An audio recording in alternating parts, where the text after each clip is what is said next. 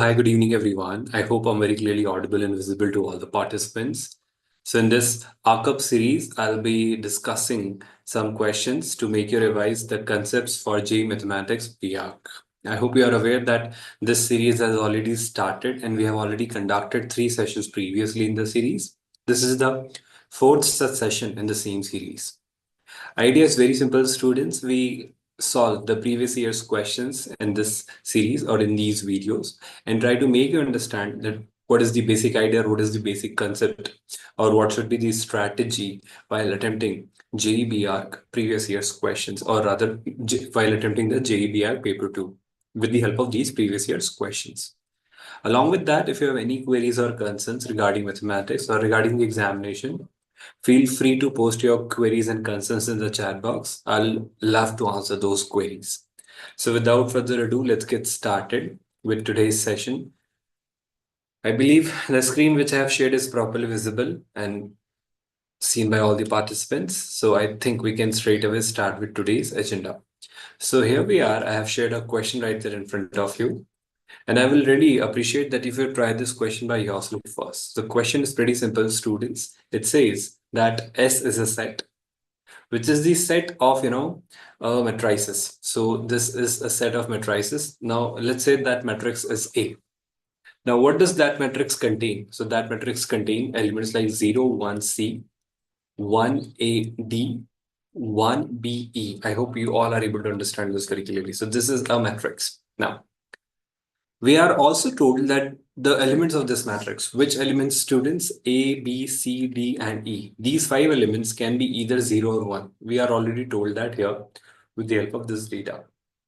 Along with that, one more thing we are told is that the determinant A. So when you evaluate the determinant of this matrix, that determinant will be either -1 or 1. That's a very interesting conclusion now.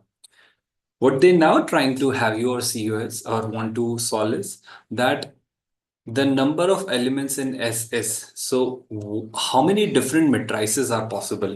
This category of matrices are possible. That's the question here. I hope this question is very well understood by all the participants. Now, how do I proceed with this category of question, or how do I solve this particular category of question? First of all, the best idea would be, write this determinant. So this determinant A, which we are trying to figure out, is 0, 1, C. Then I have 1, A, B, then I have 1, B, and E. Now, there are multiple ways of expanding a determinant. One of the method is suggested by Saras. So he was a mathematician. So Saras has given you a rule or a suggestion that you write the first 2 rows again. So the first row was 0, 1, C. So I'll write that first row here, 0, 1, C. And the second row was 1, A, D. So I'll write that second row, 1, A, D. Now what I do next is I clearly, do this kind of operation. So first of all, I'll multiply 0, A, and E. So when you multiply 0, A, and E, what you get is 0 plus. Then you're supposed to multiply 1, B, and C. So the product of 1, B, and C is going to be BC. Then you're supposed to multiply 1, 1, and D. So when you take the product of these 3 things, that turns out to be D. So that's one of the products, right? Some of the products. Now what you do is you take these diagonals. So first of the diagonals is 1A and C. So the product of that diagonal will be AC. Then the second diagonal is 0BD. So the product of 0B and D will be 0. Then you have the third diagonal, which is 1, 1E. So that's your third diagonal. The product of 1, 1E is going to be E. So this is how you can write the value of determinant A with the help of Saras rule. So I hope you are comfortably able to understand the idea which I'm trying to give you here with this kind of thought. Now, what you all can do is try and simplify. So can I say that determinant A is going to be BC minus AC plus D minus C?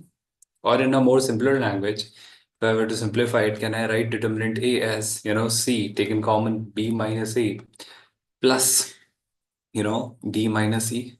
Now, this is how I have written it. Now, why did I write it like this? Now, there are multiple cases. Now, why am I saying that there are multiple cases? Because all I need to first of all ensure is that determinant A should be either -1 or 1. Whereas I'm told that A, B, C, D, and E can be either 0 or 1. I repeat my statement here in this expression. I need to ensure 2 things. That determinant A will be either -1 or 1. So that is the first thing which we need to ensure. And second thing is that all these arbitrary constants A, B, C, D, and E, the values which they can have is either 0 or 1. So that's how you need to look at things now. Now, what are the multiple cases? So I'm beginning with case 1. Now, if you observe it minutely, if you just look at it closely, what are the different possibilities? What are the different cases? Imagine, let's say C becomes 0. I repeat, imagine, let's say C becomes 0. Now, what are the cases? Now, I want the determinant A to be either -1 or 1. So what I have done is I have removed this part. What I'm suggesting is, let's say C is 0, because I have the liberty to keep C as 0. So when I keep C as 0, what other choices do I have? Now the choices I have are, see, when C is 0, I need to think about D and E. Now, I hope you are understanding. To keep the value of determinant A as either -1 or 1, I hope you are clearly understanding D minus E should be either -1 or 1, which is possible only when one of them is 0 and another one is 1. I hope you are realizing why.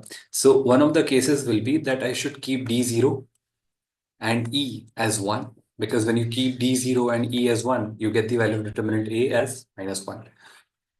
Or the other way could have been, what you could have also done is you could have kept D0 and sorry, I have said D0. You could have kept D as 1 and E as 0, because in that case also 1 minus 0 would have given you 1, and here it would have remained 0. So 0 plus 1 would have been 1. So determinant of A would have still remained 1. I hope you're getting my idea very clearly that whenever C is 0, these are the two choices you have. But when these two choices are taken, what choices for B and A you have? So I repeat, I had these 5 arbitrary constants A, B, C, D, and E. So C was fixed. C had only one choice, that is 0. I hope you're understanding. I'm using the basic principle of counting. How many choices do I have for, A, B, D, and E? So I hope you clearly can see that D has two choices. So if D has two choices, how many choices does E have? Now E has only one choice, because when D is 0, E has to be 1. And when D is 1, E has to be 0. So you cannot say that E also has two choices. No, E has only one choice, because E is completely dependent on D. I hope you're getting this idea very clearly. Now, how many choices A and B have? So I'll say A has two choices, B also has two choices, because A can be either 0 or 1, and B can also be either 0 or 1, because A and B don't decide the value of the determinant, because C is 0. So 0 gets multiplied to anything gives you 0. So all what is decided by is D minus E, which you have already ensured that it gives you 1 or -1. So 2 into 2 into 2, that is 8 ways. So first of all, I am very much sure that minimum 8 matrices will be there. But can there be more than 8? Now let's think about that. How can you say that there will be more than 8? Now that's a complete possibility, because the expression I got was that determinant A was, C times whole of B minus A plus D minus E, right? Now that's the idea we were trying to develop or have as. Now, two choices I have for A, B, C, D, and E. What are those two choices? Either 0 or 1. I've already considered 0. Now let's consider 1. So if I take C as 1, what do I have now? So I hope you're realizing when C is taken as 1, now you need to think in a lot of things that what all can happen. So when you take C as 1, so first of all, now I have chosen C to be 1. So I am now left with B minus A plus D minus A. Now that's the expression we are dealing with. Now I'm waiting for your responses. Can you write it in the chat box that what all possibilities are there? What all can you think of? I hope you all are clearly understanding there are multiple things. First of all, you need to take care of this thing in mind that determinant of A will be either -1 or 1. So when you think of it as either -1 or 1, I'll straight away start with this possibility. Let's think of it in terms of A and B. What can A and B take? So let's say I think like this, that B minus A plus D minus C, right? So something is subtracted from something. Now I'm just trying to give you an idea, then you will be able to think of it very easily by yourself. My idea is very simple, students. See, I want determinant of A to be 1 or -1. How can it be 1 or -1? It can be either 0 plus 1. I'm just giving you the idea. Or it can be 1 plus 0. I hope you are understanding. Or it can be -1 plus 0 or it can be 0 plus minus 1. This is one of the ways. I hope you are understanding. Or else what could have happened is, please understand, there are multiple ways of bringing 1 and minus 1 into picture, but the constraint you're having is this and this can be either 0 or 1. So with 0 and 1, you cannot create multiple things. So with 0 and 1, you can create either 0 or 1 or minus 1. So that's why I'm suggesting that these are only four possibilities available here. I hope you're understanding my point or my suggestion or the idea which I'm trying to give you through this whole thought process which I've tried suggesting here by writing this. Now, I'll rewrite this whole thing. I'll begin with this thing. Let's say b minus a I want to keep as 0. So how can I keep it as 0? Now there are two things. I keep b and a both as either 1, or I keep b and a both as 0. So when I keep both b and a as 1 or 0, I am ensuring that this part is 0. Now I can keep d minus e as either 1 or minus 1, because in that case I'll have the determinant a to be minus 1 or 1. So how do I keep that? Now the ways are very simple. I keep first of all d as 0 and e as minus 1. That's one of the ways. Sorry, e as 1, of course. That's one of the ways, because 0 minus 1 will give you 1. Or what I can do is I can take d as 1 and e as 0. So I hope you're understanding how am I thinking here in this case. So this is how you're supposed to think. Although an intelligent student won't do it like this, but to make you understand, in the first instance, I'm doing it in a more comprehensive manner. But the first idea which I tried giving you is 0 plus 1 or 1 plus 0 or minus 1 plus 0 or 0 plus minus 1. That thought itself was sufficient to make you able to solve this particular question. You need not do all these things which I'm doing right here. This is just to make you understand that what all possibilities are there at a very minute level. Now, this is one of the ideas. I hope you are getting it now more clearly that what all can happen. So this was, first of all, this was the idea. Now, if you keep exploring in this manner, what I've done is I have brought either 1 or minus 1 here. So 0 plus 1 or 0 minus 1 will give you 1 or minus 1. Now, similarly, what you could have done is, I hope you're getting it very clearly now. I hope you're getting it very clearly. With B and A1, these two possibilities are there. With B and A both 0, these two possibilities are there. So technically, there are four possibilities. I hope you're understanding. The same could have been done with D minus E. What I could have done is, I could have tried D and E here and B and A here. I could have just swapped these two. So in that case, I could have had four more possibilities. So total 8 possibilities from here. So I hope you're getting this very clearly that C can be either 0 or 1, and on that basis, there are two possibilities, 8 cases in the first case when C is 0, 8 cases in the another case when C is 1. So total 16 matrices will exist such that, A, B, C, D, E can be either 0 or 1, and while doing or while keeping it, we can ensure that the value of the determinant A is either minus 1 or 1. So I hope with that you must have learned the basic idea of Sarah's rule as well. And if you have gotten a lot of clarity on this question, I'll try to bring a different question for the day now. So let's solve another question. And let me try and give you more clarity on this category of questions, that how you think. So another question based on the concept where it says a group of 9 students. So first of all, you need to understand that there are 9 students, S1, S2 up to S9. Are to be divided to form 3 teams. So there are 3 teams, X, Y, and Z. So there will be 3 teams. I hope you're getting this idea very clearly now. What it says next is of sizes 2, 3, and 4 respectively. So in the team X, there will be 2 members. In the team Y, there will be 3 members.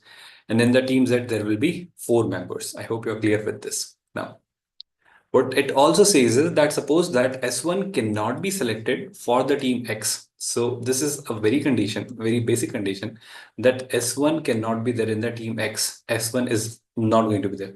And S2 cannot be selected for the team Y. So there is one more condition, that S2 will not be there in the team Y. So, the number of ways to form such team is, so in how many ways can this particular task be attained or achieved? Now, very basic idea, I hope students. So how do I start with this? I'll try and create some cases. So what are those cases? I'll write it differently here. I'll just write it like this, that X group or X team cannot have S1. So I'm writing it like this. And the team Y cannot have S2. So I'm writing it like this here. Now, How do you solve this particular question? So I'm again creating some cases. Let's say case one, where I'm ensuring that x1, sorry, x is not in S1, but it is in S2. So I have given or allotted student one in the team, Y.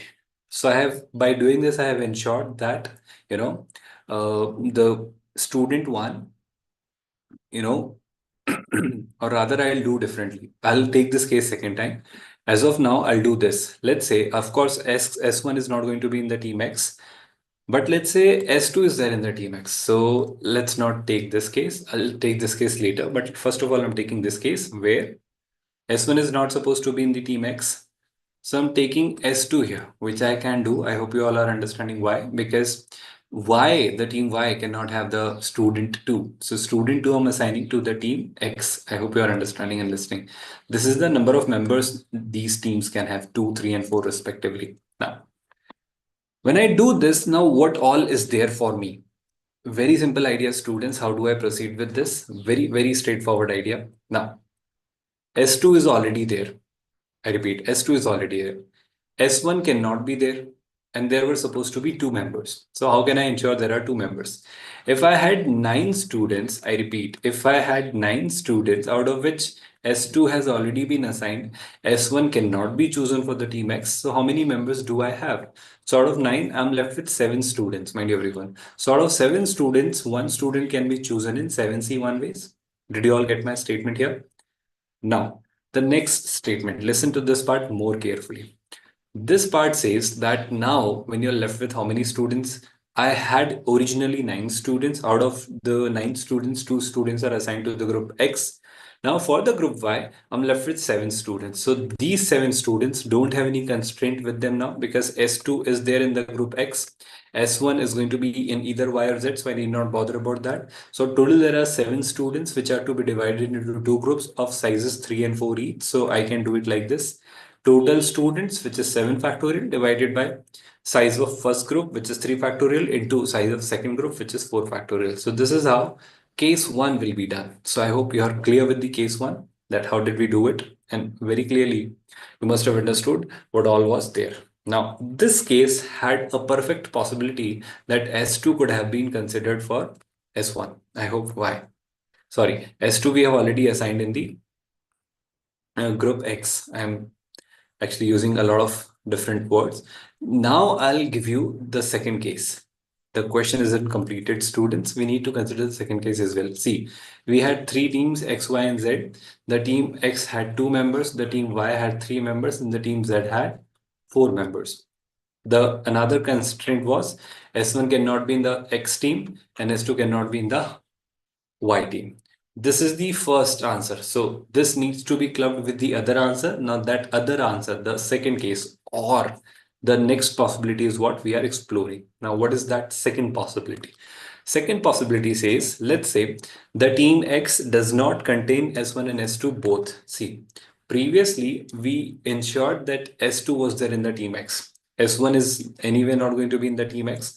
But this time I'm putting this constraint that let's say the 2 members which I'm supposed to choose for S1 are, sorry, the 2 members which I'm supposed to choose for the team X are not going to be S1 and S2. First of all, this is what I'm ensuring. Additionally, I'm also ensuring that Y team does not contain S2 because this is the condition. So first of all that I'm not supposed to do is what is being ensured. See, so I'm ensuring that S1 and S2 are not there in the team 1, which is X, and nor S2 is there in the team Y. Now, please pay attention to this part. How do I proceed with this now?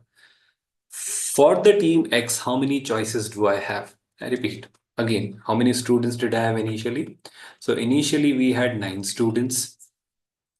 Out of those 9 students, when 2 students were already rejected that they'll not be considered for the team X, how many choices do I have? So I'm left with 7 choices. So I'll say, again, I'm left with 7 choices. But out of those 7 choices, how many choices am I supposed to make? So this time I'm supposed to select 2 students for the group X. So that can be done in 7C 2 ways. Now, I hope that part is very well understood by you all.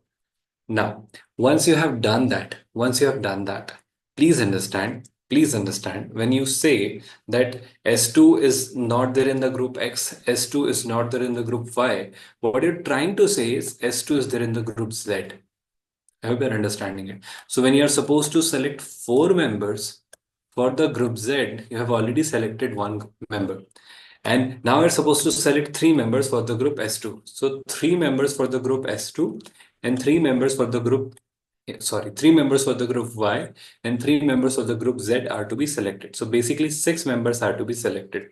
This can be done in 6 factorial ways, and they are to be divided into 2 groups. Now the sizes of the 2 groups are going to be 3 factorial and 3 factorial, because this time I'm having only 3 members here. So this should be 3 factorial into 3 factorial.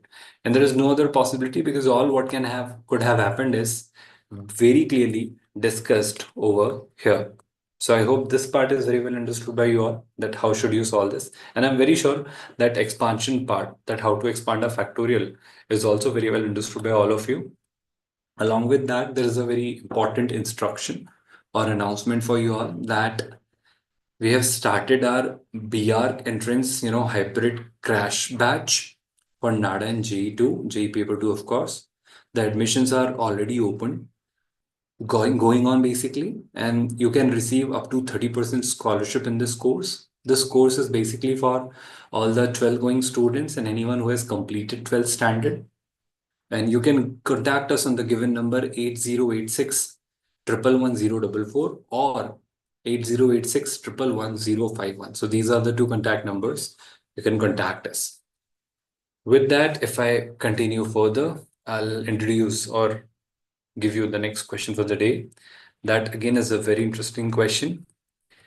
This question is from the topic vectors in 3D, a very widely and mostly asked, very much loved by the JEE community fraternity, because a lot of questions, a high weightage is given to this particular chapter.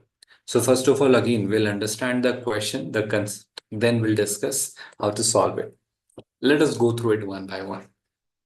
I'm given a vector OP, which is given as alpha minus 1 divided by alpha I cap plus j cap plus k cap.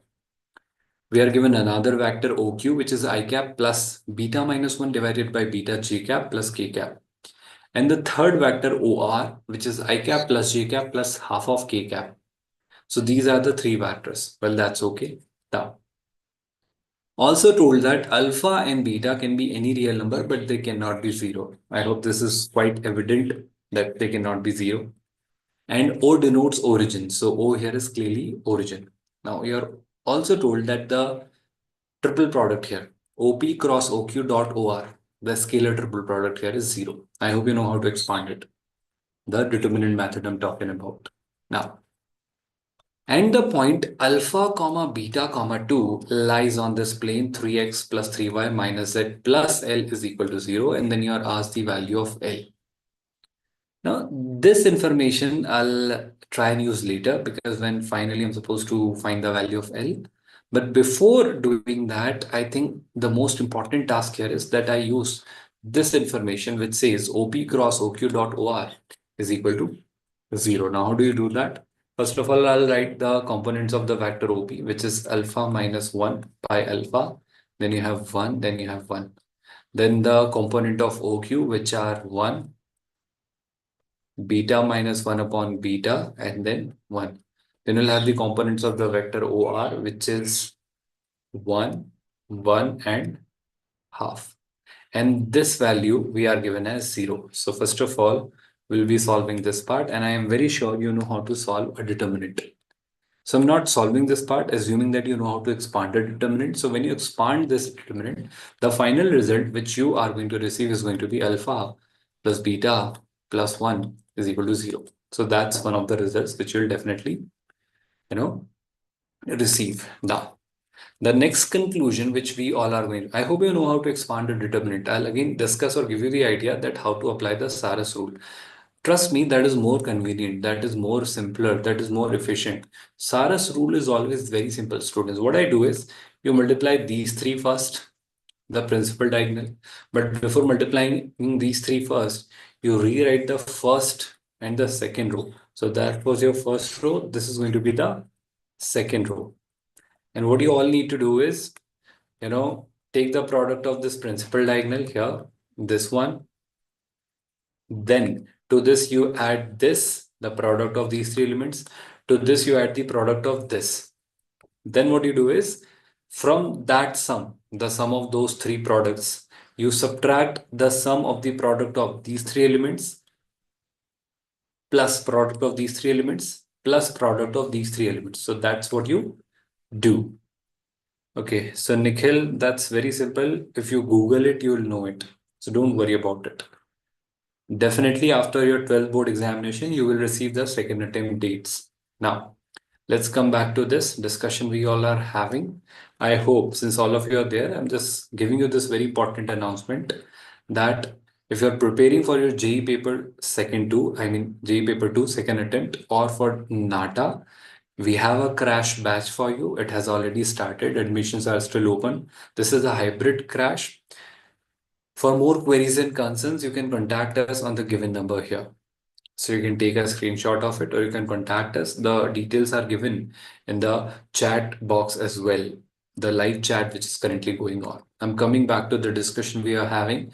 So that's all about Sarah's rule. So I'm trying to give you the idea that through Sarah's rule, you can very easily and quickly get this expansion, the expansion of the determinant, where it says that alpha and beta, the sum of alpha plus beta, the sum of alpha and beta is going to be -1. Now, I'm told that alpha, beta, and 2 lie on this plane. So that is a point that lies on this plane. So it should say 3 alpha plus 3 beta minus 2 plus L is equal to 0. Now I know that 3 when taken common gives you or leaves you with alpha plus beta minus 2 plus L. And we know that the value of alpha plus beta is -1. So it is going to be -3 minus 2 plus L is equal to 0. So from here I receive L as 5. So that's the most crucial information I received, that the value of L is going to be 5. So I hope you are clearly able to understand. This is how easy questions are asked in your examination. All you need to know is the basics, how to expand, how to use vectors, how to expand a determinant, how to use the scalar triple product, how to make a point satisfy the equation of a plane. So that's how easy things are. So if you just get scared by looking at the data, please don't. Questions are very simple. Again, look at this part, how easy this question was. It was originally looking like a question based on set theory and matrices, which eventually ended up like a question based on PNC. This question was clearly a question based on PNC, which was using the simple idea of permutation and combination. So questions are simple, questions are basic, questions are easy. All you need to do is stay mindful, stay focused, don't panic, and just understand every single detail one after another. You will be able to solve the question somehow. I think I have tried giving you a lot of clarity on how things are, how to solve things, how to solve questions, how to approach questions. So a lot of questions will be there. Strategy should be very simple. Select easy questions, select the doable questions, select the easier ones. It's not only about selection, it is more about rejection. So don't get attracted by all the questions. Don't have this innate desire to attempt all the questions. Go with the strong areas, the areas where you're comfortable, where you feel comfortable, and attempt those easy questions only. And reject a lot of questions which may appear tough, which might look tough. And first of all, go with the easier ones. Try to maximize your attempt. Be accurate. Don't, go with this method of, just guessing the answers. So be accurate. Once you have attempted all the easy questions, then go for the moderate ones. And of course, once you have attempted all the moderate ones, then go for the tougher ones. That is the strategy I would like to advise you all. So I think you are enjoying this series of the live sessions, YouTube live sessions. This is the fourth session in that series. And on the behalf of THiNC Institute of Design, I'd like to notify you that there's already, admissions are already going on in our crash batch. You can also enroll for it. The contact details are given on the poster. So I think it's sufficient for the day. Let's call it a day here. Thank you so much, students. You have been a great audience. Thank you so much, everyone.